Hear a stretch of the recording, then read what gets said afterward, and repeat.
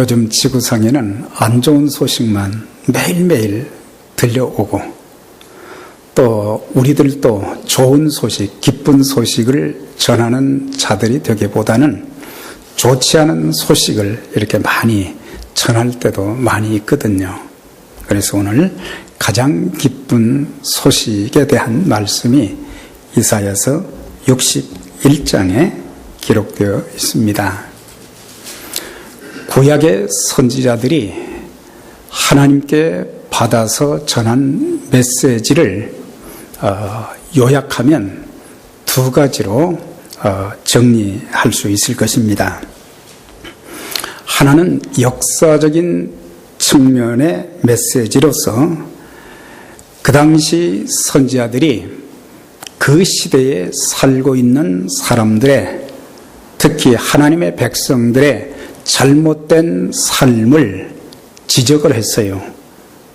무엇이 잘못되었는지, 왜 삶이 그렇게 되었는지 원인에 대해서 알려주고 지적을 하면서 그 죄를 깨닫고 회개하면 하나님께서 그 죄를 용서해 주시고 또한 그 삶 전체를 회복시켜 주신다는 그런 메시지예요. 그러니까 회복의 역사는 바로 죄를 회개하게 될 때에 모든 것들이 회복되어진다. 특별히 바벨론에서 포로 생활하던 이스라엘 백성들에게 있어서 회복은 바벨론 땅에서 해방되어서 본국으로 돌아가는, 70년 동안 포로 생활을 하다가 돌아가니까 그 감격, 기쁨이야말로 이건 형언할 수가 없는 거죠. 또 하나는 예언적인 측면에서 주어진 메시지로 그 당시에 사람들에게만 주어진 하나님 말씀이 아니고 장차 메시아이신 그리스도께서 이 땅에 오셔서 죄와 사망의 포로 가운데 있는 자들을 해방시키시며 또한 그들이 감당해야 될 그런 사명에 대해서 예언했던, 그래서 역사적인 측면과 예언적인 측면에서 이 메시지를 전하게 되었는데, 우리가 이 구약 성경을 읽을 때는 항상 이런 측면에서 성경을 보아야 됩니다. 그 시대 사람들에게만 준 메시지가 아니고 이제 오늘의 시대, 마지막 시대를 살아가는 그리스도인들, 하나님의 백성들에게도 주는 메시지로 우리가 두 가지 측면에서 이 메시지를 바로 이해해야 제대로 해석이 되어지는 것입니다. 오늘 이사야 61장의 말씀도 마찬가지로 불순종으로 인해서 70년 동안 바벨론에서 지긋지긋한 포로 생활에서 해방되어 본국으로 돌아가게 하시어서 그 백성들의 삶을 회복시켜 주신다는 것, 이것을 역사적인 회복이다 그렇게 말하고, 더 나아가서는 장차 기름 부음을 받으신 그리스도께서 이 땅에 오셔서 죄와 사망의 포로에서 마귀에 노예된 그런 자들을 해방시켜서 자유를 얻게 한다는 그 소식이야말로 기쁜 소식 중에 가장 기쁜 소식이 될 수 있다는 것을 가르쳐 주고 있어요. 우리가 참 살면서 기쁜 일이 많지요. 기뻐해야 될 일이 많지만은, 그러나 우리의 그 모든 기쁨은 삶의 상황에 따라서 달라질 때가 참 많아요. 그러나 삶의 상황에 상관없이 주어지는 기쁨이야말로 예수 그리스도를 통해서 또 하나님을 통해서 주어지는 그런 기쁨이라는 사실을 우리가 알 수 있게 되는 것입니다. 그 당시 바벨론에서 살고 있는 이스라엘 백성들의 상태를 오늘 그 61장에서 어떻게 표현을 했느냐. 가난한 자, 또 마음이 상한 자, 그리고 포로된 자, 갇힌 자, 근심하는 자, 슬픔 가운데 있는 자, 이런 식으로 표현한 것을 볼 수가 있어요. 그러니까 바벨론 땅에서 남은 나라에서 노예 신세처럼 고통당하며 사는 그 삶 속에 있는 자들에게 무슨 기쁜 일이 있겠어요? 어쩔 수 없이 하루하루를 살아가는 것뿐이지 그들의 삶 속에 희망이 없었고 삶 속에 기쁨이라는 것이 없었다고 하는 거예요. 그래서 시편의 말씀 보면 그 백성들은요, 바벨론의 강가에 버드나무 위에다가 악기를 걸어 놓았다 그랬어요. 악기를 걸어 놓은 것은 악기를 치면서 노래 부를 수 있는 그런 마음의 상태가 안 되기 때문에 늘 우울하고 슬픔 가운데 있었고 희망도 보이지 않고 기약이 없는 거예요. 그래서 그런 상태에 있는 사람들에게 기쁨의 놀라운 소식이 전해진다고 하는 것이 오늘 본문 1절, 2절, 3절의 말씀인 것입니다. 그런데 이 기쁜 일, 가장 기쁜 소식, 가난한 사람들에게, 마음이 상한 사람들에게, 근심하며 슬퍼하는 사람들에게, 갇혀있는 사람들에게, 포로된 사람들에게 무슨 기쁜 일이 있겠어요? 그런데 그 기쁜 소식이 이제 어디서부터 시작이 되는가? 그것은 하나님께로부터 시작이 되어지는데 오늘 본문은 주 여호와의 신이, 주 여호와의 영이 내게 임하셨으니, 하나님의 신, 하나님의 성령이 우리에게 임하게 될 때에 참된 기쁨은 거기서부터 시작된다는 것을 가르쳐 주고 있어요. 우리가 살면서 나는 기뻐할 일이 하나도 없어요. 울 일밖에 없습니다. 마음이 상한 사람들에게 기쁨을 찾아볼 수 있겠어요? 얼굴에 수심이 가득하잖아요. 그래서 마음의 상처를 입은 사람들은 얼굴을 보면은 저분 마음속에 기쁨이 없구나, 상처가 많이 있구나, 그것이 자기 개인의 어떤 삶의 어려움이 될 수도 있고 또 다른 사람들을 통해서 받은 상처가 있기 때문에 그 상처가 너무너무 아픈 거예요. 그러니까는 그 상처가 치유돼야 그 마음에 상처가 회복이 될 때에 입가에도 웃음꽃이 피게 되어지고 얼굴도 말이죠, 웃을 수 있는 것이고 모든 삶이 회복될 수 있는 것입니다. 그래서 하나님의 영이 임하게 되면, 하나님의 신이 임하게 되면 기적이 일어나고 그 기적을 통해서 사람들은 기쁨을 이기지 못한다. 기쁨을 주체할 수 없다는 얘기예요. 그냥 한번 하하 웃는 정도가 아니라 이렇게 하나님이 내 마음에 평안함을 주시고 소망을 주시고 기쁨을 주셔서 늘 얼굴이 싱글벙글하단 말이에요. 싱글벙글. 그것은 싱글벙글한 얼굴은 예수님 얼굴이라 그런 노래도 있는데 정말 우리가 하나님의 성령이 내 마음을 지배해 주시도록 우리는 기도해야 되는데, 그때 당시에 이스라엘 백성들에게 기쁨이 어디서부터 있어졌는가?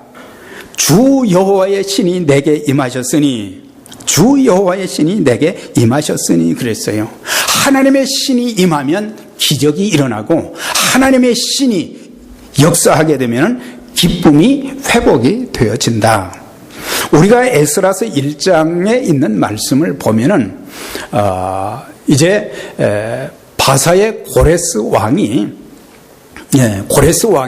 그 고레스 왕은 바벨론을 공격해서 정복한 장군이에요. 그래서 고레스라고 나오지, 바벨론 포로 생활을 했지만은 그 백성들을 해방시켜 준 역할을 한 사람이 고레스라고 하는 왕이에요. 장군이었어요. 그런데 이 사람이 하나님을 믿는 사람이 아니었거든요. 그런데 하나님의 신이 고레스의 마음을 감동시키셨다 그랬거든요. 감동시켰다는 그 마음에 성령으로 임하시고 그의 모든 온몸을 성령으로 주장하셨다. 성령의 다스림을 받고 나니까 이 사람이 말이죠, 그 많은 백성들을 해방시키면 노예로 쓸 사람들을 다 내보내는 것 아니에요. 국가적으로 엄청난 손해가 되는 거거든요. 그런데 그런 손해를 무릅쓰고 하나님의 성령이 강력하게 그에게 임하니까, 성령이 그를 지배하고 다스리니까 그의 입을 열어서 온 나라의 이스라엘 백성들은 이제는 해방이다, 본국으로 돌아가라는 거예요. 본국으로 돌아가는 거예요. 본국으로 돌아가는 정도가 아니라 본국에 돌아가서 성전도 건축하라는 거예요. 예, 참 놀라운 일 아니겠어요? 해방만 시켜줘도 고마운 일인데 가서 성전을 건축하라 그러면서 말로만 건축하라는 것이 아니라 여기서 돈과 모든 재료들을 주면서 가서 성전 건축하라. 어떻게 이런 역사가 있겠어요? 하나님의 신이 감동시키시니까. 하나님의 일도요, 모두가 다 하나님의 쓰임을 받는 것이 아니라 하나님의 성령의 감동함, 주장함을 받는 사람들을 통해서 하나님은 일하시는 거예요. 네. 성령의 감동함을 주시도록 우리는 기도해야 되는 거예요. 성령의 감동함이 없으면, 성령의 충만함이 없으면, 성령이 나를 지배하지 않으면 우린 절대로 우리 자신을 희생시키려고 안 하잖아요. 오늘날 시대에 현대인들이 얼마나 이기적이에요. 그런 이기적인 사람들이 성령의 지배를 받고 나면은, 그때부터 희생적인 삶을 살게 되는 거예요. 주님을 위해서, 교회를 위해서, 이웃을 위해서. 하나님께서 나에게 왜 이런 복을 주셨지, 왜 이런 은혜를 주셨지, 이걸 깨닫고 하나님이 주신 걸 가지고 사용하는 거예요.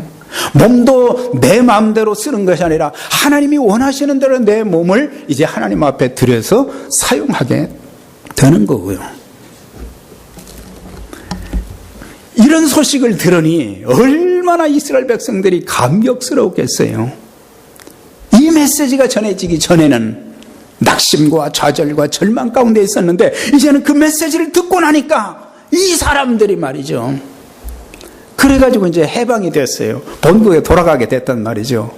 그래서 그 많은 사람들이 본국에 이제 돌아가는데 시편 기자가 시편 126편에 보면 참 이런 말씀이 있어요. 여호와께서 시온의 포로를 돌리실 때에 우리는 꿈꾸는 자와 같았도다. 우리가 꿈꾸는 것 같았다는 거예요. 가만히 생각해 보니까 이게 꿈인지 생신지 어찌 이런 일이 일어날 수 있는가? 네? 전혀 생각지도 못했던, 있을 수도 없는 그런 일들이 하나님의 성령이 역사하시니까는, 네, 그 일들이 막 이루어지게 되니까 우리가 꿈꾸는 것 같았도다. 그때 우리 입에는 웃음이 가득하고 그 사람들, 웃음을 찾아볼 수 없어요. 네. 자, 옆에 분들에게 좀 웃을 일이 많으십니까? 뭐 별로 없죠? 웃을 일이 별로 없어요. 웃을 일이 없단 말이죠. 그런데 그 백성들이, 야, 우리 입에는 웃음이 가득하고, 우리 입에는 웃음이 가득하고, 웃음이 가득했다는 것은 말이죠, 한 번이 아니라 계속해서 그 기쁨이 많았다는 거죠. 또 웃음만 가득한 것이 아니라 우리 입에는 뭐가 가득 찼어요? 찬양이 가득 찼었도다.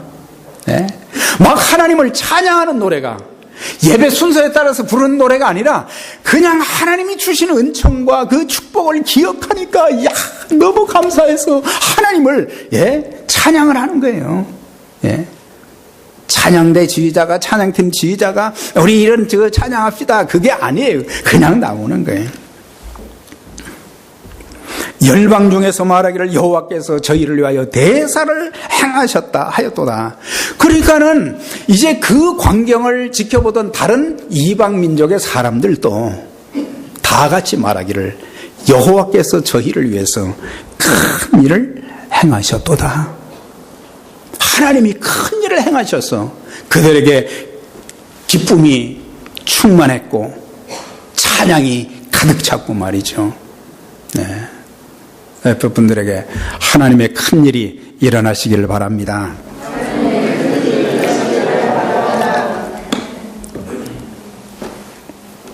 안 하신 분들은 안 일어나면 안 되겠죠. 한 번 더 하십니다. 정말 하나님의 큰 일이 많이 일어나시기 바랍니다.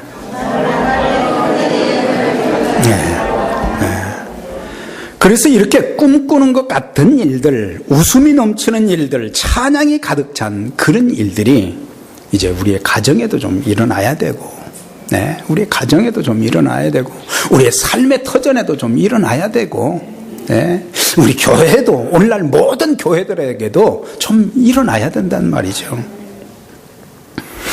자, 그런데 주 여호와의 신이 임하셨는데 이는 여호와께서 내게 기름을 부으사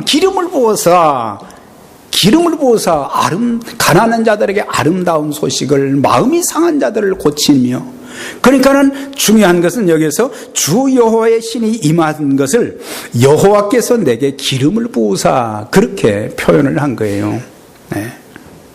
그러니까 이 이사야서 61장은 이건 이사야인가 그렇게 볼 수도 있겠지만, 나중에 가서 보면은 예수님을 지칭해서 하신 말씀이 나오는 것을 보게 돼요.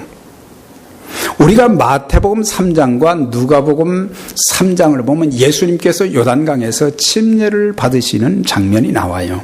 그 침례를 받으실 때에 하늘에서 음성이 있었고 하늘 문이 열렸고 그 다음에 성령이 비둘기같이 임하였다. 성령이 임하였다는 말씀이 나옵니다. 그리고 누가복음 4장 1절에 보면 예수님께서 성령의 충만함을 받으셨다. 또 마태복음 4장에도 성령의 충만함을 받으시고 광야에 나가서 40일 동안 마귀에게 시험을 당하셨다. 그 말씀이 나와요. 그러니까 성령의 임재, 예수님이 하나님이신데 왜 성령 충만함을 받아야 되나? 그분이 인간의 몸을 입고 오셨으니까 성령의 임재와 또 성령의 충만함, 성령의 임재와 충만함을 입게 되어질 때에 하나님의 큰 일들이 일어나고 또 하나님의 사람들에게 주어진 사명을 제대로 감당할 수 있다는 것을 여기서 가르쳐 주고 있는 거예요. 그래서 예수님께서 성령의 충만함을 받아가지고 어디로 가셨느냐? 예수님이 자라나신 곳이 나사렛 동네거든요. 나사렛에 가셔서 안식일 날 회당에 들어가신 거예요. 회당에 들어갔는데 회당장이 그 예수님에게 이 구약의 이사야서를 준 거예요. 그런데 예수님 이사야서를 줬는데 이사야서 어디를 폈느냐? 61장을 오늘 말씀을 펴신 거예요. 그래서 누가복음 4장 16절에서 19절을 보면 똑같은 내용이 나와요. 여호와의 신이 내게 임하셨으니 내게 기름을 부으사 가난한 자들에게 아름다운 소식을, 마음이 상한 자들에게 고침을, 쭉 그 내용들이 나오는 것을 보게 되는 것입니다. 그렇기 때문에 이 내용은 역사적으로 이스라엘 민족의 해방을 말하기도 하지만 더 나아가서는 뭐냐? 예수 그리스도께서 이 땅에 오셔서 죄와 사망의 마귀의 노예 가운데 있는 사람들을 해방시킨다는, 또 그 시대의 사람들에게 가난한 사람들이 얼마나 많고 마음이 상한 사람들이 얼마나 많고 근심하는 자들이 많고 슬퍼하는 자들이 얼마나 많겠어요. 그런 사람들에게 아름다운 소식을 전하게 하며 선포하며 계속 나오는 것을 볼 수가 있어요.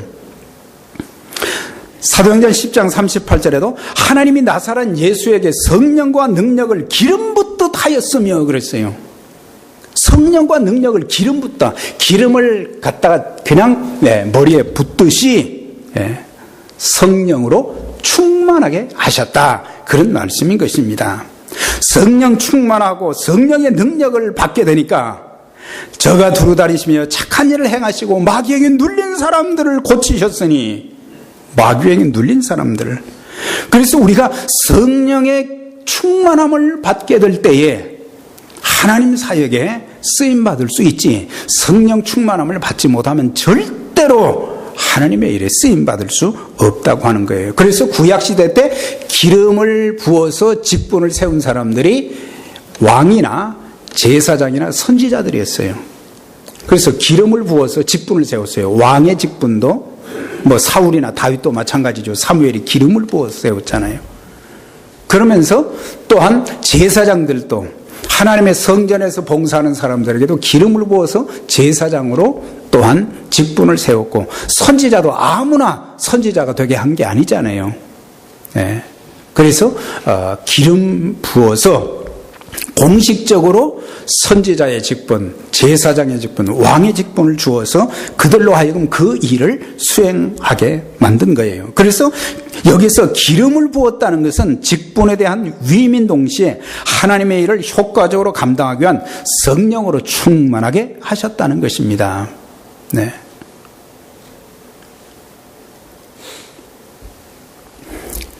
그런데 이 본문에서 우리가 이 내용을 보면서 왕과 또 제사장 선지자들을 기름 부어 왕을 세웠으니 오늘날에도 기름을 붓는가? 그건 아닙니다.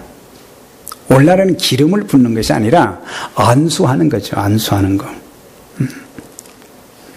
안수집사로 안수한다. 뭐 또 장로로 안수한다. 또 목사로 안수한다. 그랬잖아요.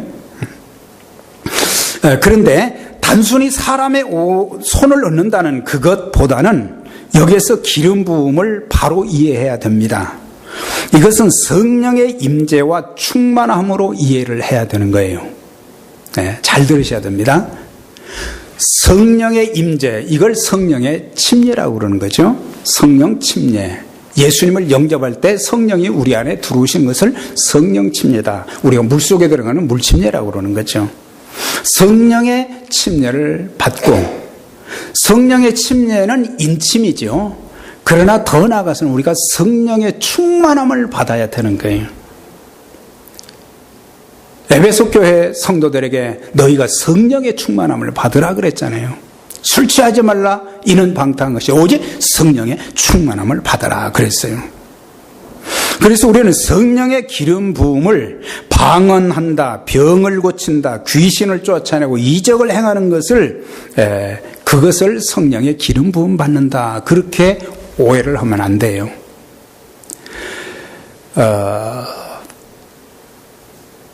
어느 교파라고는 제가 교단이라고는 하지 않습니다만은 어느 교단에서는 방언, 또 예언, 통변, 신유의 은사, 이런 거, 병을 고치는 이런 것을 성령 세례를 받아야 된다, 그렇게 얘기해요.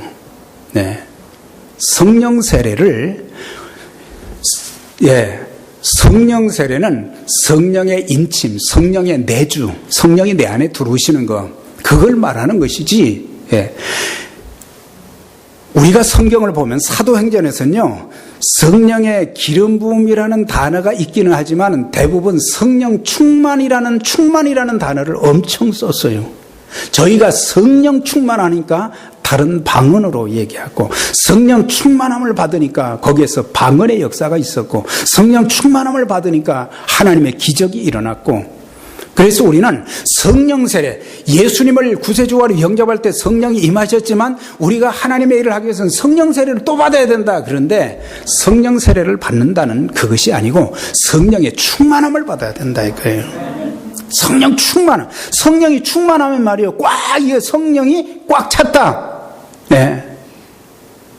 그럼 꽉 찬 것을 뭐냐? 성령의 다스림을 받는다. 우리가 성령 충만하다는 얘기는 대굴대굴 둥글고 그런 것보다는 성령의 다스림을 받게 된다. 머리부터 발끝까지.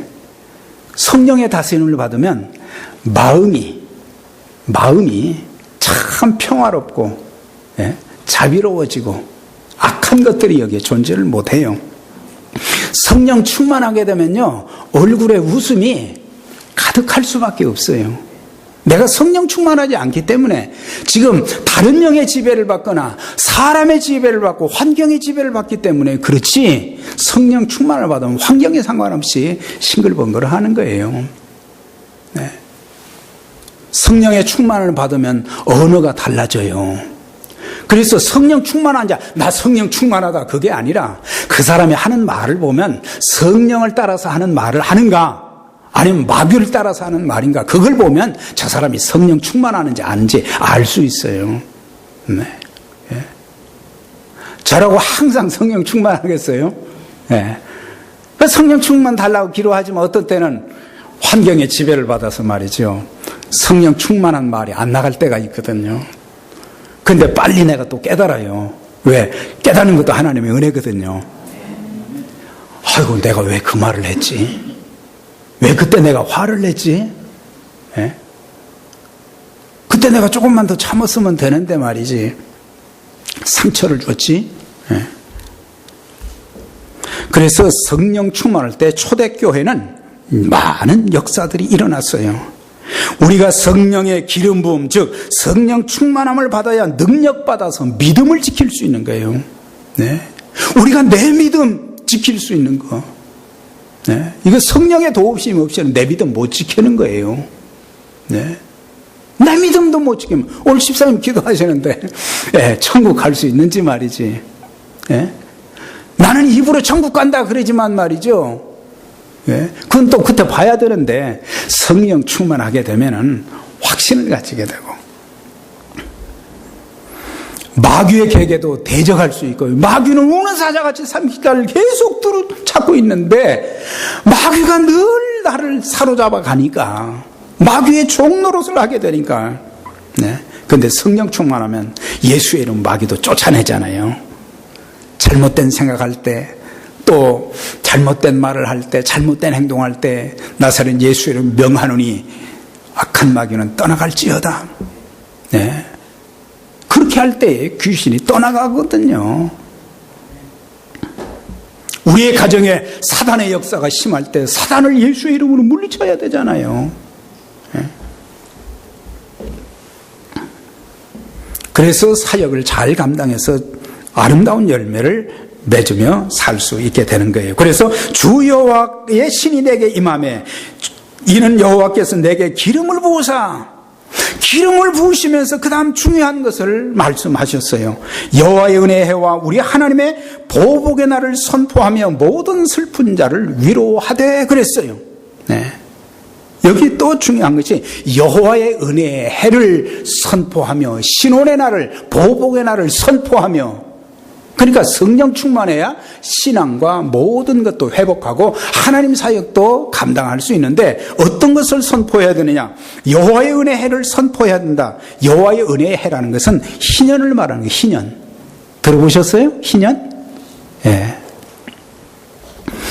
이스라엘 민족에게는 하나님께서 주신 율법 중에 안식년을 주셨어요. 그래서 농사를 지을 때도 6년 농사를 지으면 7년째는 그 땅을 쉬게 했어요. 그래야 땅이 또 힘을 얻어서 이제 농사를 더 잘할 수 있기 때문에. 그런데 이 7년마다 안식년이 7번 지나게 되면 49년이고 그 다음 해가 50년째가 되는데 그때를 희년이라고 그럽니다. 희년이 되면 땅과 집이 원주인에게 돌아가요. 살다 보면은 돈이 없어서 뭐 집을 남겼잖아요. 또 돈이 없어서 자기 자식들을 말이죠, 종으로 이렇게 끌려가게 만들었거든요. 그런데 7년이 되면 다 회복되게, 본 집도 다시, 빼앗겼던 땅도 다 돌아오게 만들고 자식도 돌아오게 만들고, 아주 그 안식년 제도가, 희년 제도가 참 그 좋은 거예요. 네. 아무리 빚을 많이 졌어도 이제 7년 지나고 나면 말이죠, 6년 지나고 7년째는 안식년이 되면 다시 돌리게 돼 있거든요. 그런데 50년째는 희년이에요. 그러니까 희년이 되면 모든 것을 다 원위치로 돌아가게 만드는데, 그런데 바벨론 나라 사람들이 하나님을 안 믿으니까 안식년이 뭔지를 모르잖아요. 그러니까 이 사람들 70년을 붙잡고 있었어요. 네. 그러니까는 안식년을 알았다라면 말이죠, 네, 뭐 7년이 아니면 50년째는 해방시켜야 되잖아요. 그 사람들이 몰라서 안 하니까 하나님이 직접 희년을 주신 거예요. 해방시켜 주신 거란 말이죠. 여호와의 은혜의 해를 선포하라 그랬어요. 네, 선포하라 그랬어요. 다시 말하면 그들에게 해방의 자유를 주신 것을 선포하라는 거예요. 이처럼 이제 누구든지 주님을 마음에 영접한 사람들은 그분의 은혜를 입어 죄사함을 받고 모든 것에서 자유함을 얻게 되며 마귀의 눌림에서 죄와 사망 가운데서 풀려나게 되는데, 이것이 하나님의 은혜라는 거죠. 그 백성들의 해방만 희년이 아니라 우리가 죄와 사망, 악한 마귀의 굴레 속에서 고통당하고 신음하던 우리들이 이제 예수의 피로, 예수의 보혈로, 예수의 이름으로 해방되는, 그것이 여호와의 은혜라는 말이죠. 은혜로 구원받고 은혜로 하나님의 자녀가 되고 말이죠. 그러면서 여기서 보복의 날이라 그랬는데, 옛날 그 개역성경은 신원의 날이라 그랬어요. 신원의 날이다. 여기는 보복한다. 좀 표현이 좀 그렇습니다만은 사실은 신원이라는 단어가 더 적합한 것 같아요. 신원은 뭐냐? 요즘에 그 관공서에서 사용되는 민원이라는 단어를 쓰잖아요. 민원실 있잖아요. 좀 억울한 일이 있으면 말이죠, 가서 진정을 해가지고 그 민원실에서 그것을 또 해결해 주는 것처럼, 네. 마찬가지로 억울한 일이 있으면 하나님께서 다 들어주시고 해결해 주시는 것을 말하는 것입니다. 물론 그들이 죄로 인해서 바벨론 포로가 되었지만 하나님께서는 그들에게, 네, 그들의 그 고통 소리를, 신음 소리를 들으시고, 네, 그들을 풀어주신 거, 해방시켜 주신 거, 그것이 신원의 날이에요. 우리가 살면서요, 억울하게 당했던 일이 숱하게 많잖아요. 억울한 말을 듣고 눈물을 흘릴 때도 적지 않았어요. 때로는 죄 몸된 교회를 섬기다가도 상처를 입고 힘들 때도 참 많이 있었잖아요. 그런데 내 사정을 몰라주고 나를 이해해 주지 못하고 나에게 고통을 주었던 그런 모든 것들, 하나님이 다 알고 계시고 신원해 주시는 날이 온다는 것입니다. 그렇기 때문에 우리는 하나님 바라보고 신앙생활하는 거예요. 사람 바라보고 하는 게 아니에요. 사람 바라보면 참 비참해요, 우리 자신들이. 그런데 하나님께서 우리에게 말이죠, 은혜도 주시고 신원의 날도 주셔서 내 모든 억울함, 힘든 거 다 풀어주시고, 이 땅에서도 그럴 뿐만 아니라 하나님 나라에 가서는 말이죠, 그 주님이 우리 눈에 흘린 그 눈물에 이제 눈물을 닦아주시고 말이죠, 우리를 위로해 주시고 우리에게 칭찬과 상급으로 갚아주시는 그런 날이 바로 그런 날이거든요. 그러니까는 죄를 지은 사람들에게 그날이 보복의 날이요, 심판의 날이 되는 거예요. 네. 그러니까 우리는 무엇이든지 하나님께 맡기는 게 필요해요. 내가 그걸 끙끙 붙잡고 내가 고민하지 말고 하나님께 맡기고, 그러면 하나님의 은혜에 또한 신원의 날을 우리에게 주신다는 사실이에요. 그러면서 이제 계속해서 하신 말씀이 뭐예요? 가난한 자에게 아름다운 소식을, 마음이 상한 자를 고치고 또 포로된 자, 갇힌 자에게 노임을 선포하며, 이것도 선포하라 그랬어요. 가난한 자들을. 네. 네. 그때 당시 돈이 없는 사람들은 말이죠, 남의 집에 자식을 빼앗겼어야 했어요. 네. 그러니 그 부모들에게 무슨 기쁨이 있겠어요? 자식들, 돈이 없어서 자식들을 돈으로 그 돈 때문에 끌려가서 종살이를 시키는데 부모의 마음이 얼마나 아프겠어요? 그런데 이제 하나님의 은혜의 해가 되면은 자식들이 돌아가니까, 예? 자식도 돌아가니까 그게 기쁜 소식이란 말이죠. 부모들에게는. 인간은 모든 죄의 노예가 되어서 인생을 다 허비하며 우리가 살았어요. 사실 지금 보면요, 자칫 잘못하면 내 인생을 사는 것이 아니라 다른 사람들에게 얽매여서, 마귀에게 얽매여서 내 인생 아닌 다른 인생을 우리가 살아가고 있다는 사실이에요. 얼마나 불행한 일입니까? 나를 찾아볼 수가 없어요. 그런데 도둑맞은 우리 인생을 주님께서 이 땅에 오셔서 되찾아 주셔서 존귀한 삶을 살게 만들어 주신다는 거죠. 예. 참된 나의 삶을 다시 회복하고 살 수 있도록 만들어 주신다는 사실이에요. 그러면서 마음이 상한 자를 고쳐주신다 그랬어요. 사람들은 육체가 병들면 어디로 갑니까? 병원으로 가요. 그 병원에 가서 치유를 받습니다. 그러나 옛날에는 말이죠, 마음이 병들거나 마음의 상처를 받으면 어떻게 해야 될지를 몰랐어요. 왜? 마음의 상처는 겉으로 안 보이니까. 그런데 심리학이 발달되면서 우리의 마음도 육체처럼 병들거나 상처를 입는다는 것을 알게 된 거예요. 심리학을 통해서. 그래서 심리학을 전공한 사람들을 통해서 내 마음에 어떤 병이 있는가, 상처가 있는가, 그런 것들을 이제 알게 하고 그런 것들을 치유받게 하는 그런 일들이죠. 그래서 사실은 육체의 상함도 고통스럽지만 마음의 상처, 마음의 병이 있는 사람들은 더 이거 힘든 거예요. 이걸 우리가, 그래서 우리의 마음도, 우리의 육체도, 우리의 영적인 문제도 다 고침받으시기를 주의 이름으로 축원합니다. 죄는 사람의 마음을 여러 가지로 병들게 만들어요. 죄는 마음에서 수치심을 빼앗아갑니다. 그래서 이 죄가 우리의 마음을 지배하게 되면요, 우리의 마음을 병들게 만들면 수치심을 느끼지 못하는 거예요. 자기가 죄를 짓고도 잘못했어도 잘못한 것, 또 내가 왜 이런 죄를 지었지, 수치심을 모르는 거예요. 그러나 죄가 치료되면 죄에 대하여 부끄러움을 느끼고 그런 죄에 빠졌던 자신에 대해서 비통한 마음을 가지게 되고 회개하게 되는 거예요. 죄는 우리의 마음에 기쁨을 빼앗아간다고 하는 것입니다.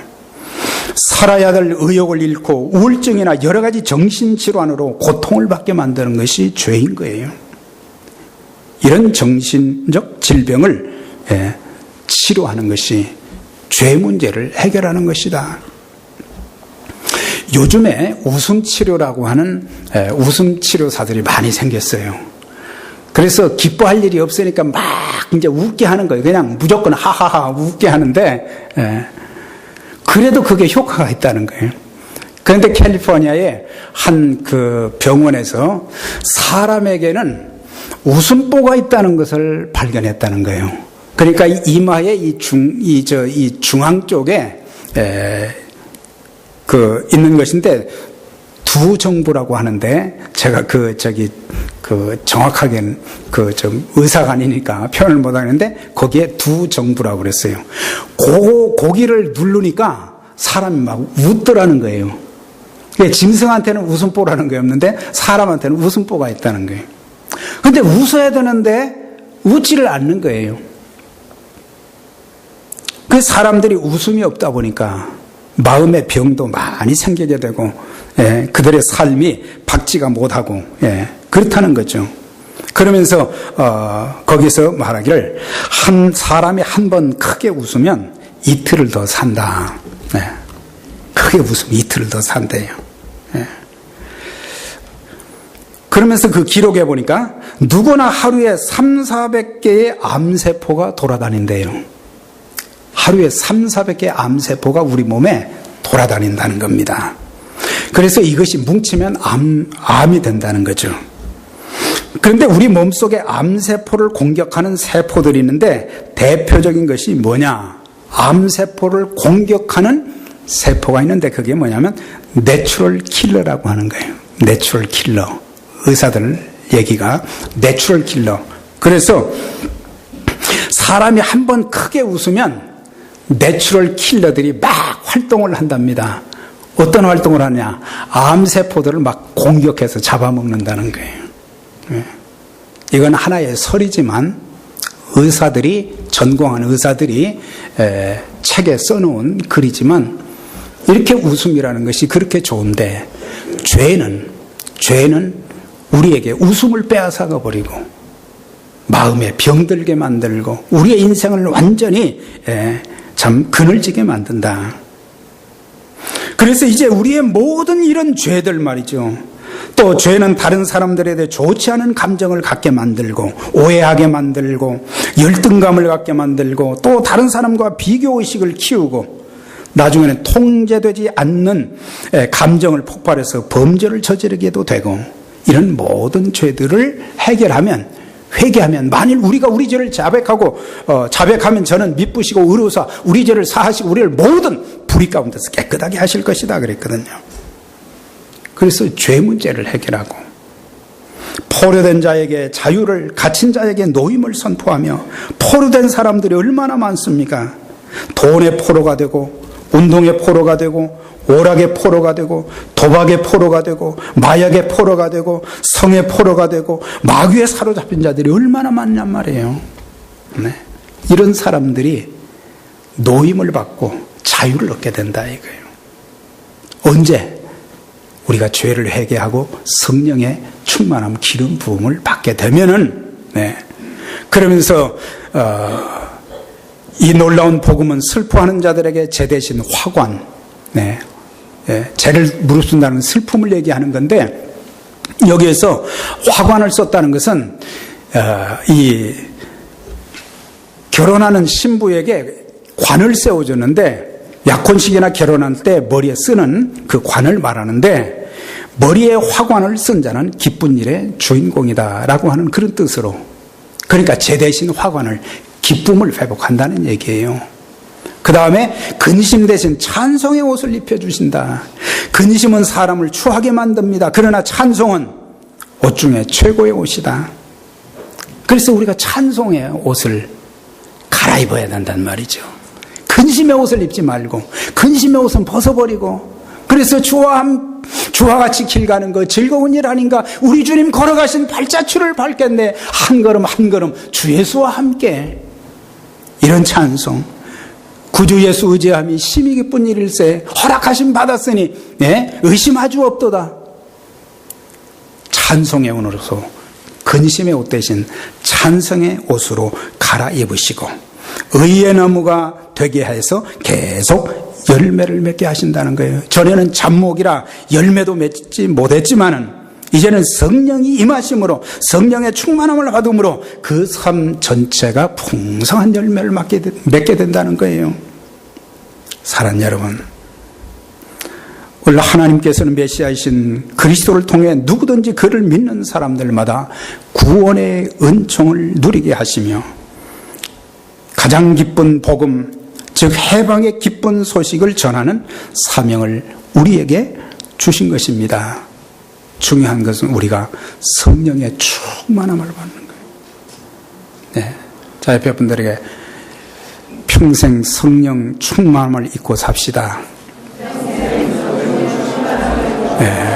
성령 충만함을 입으면 내 인생도 바뀌고 또 가난한 사람들에게 마음이 상한 사람들을 고쳐주는 일도 하고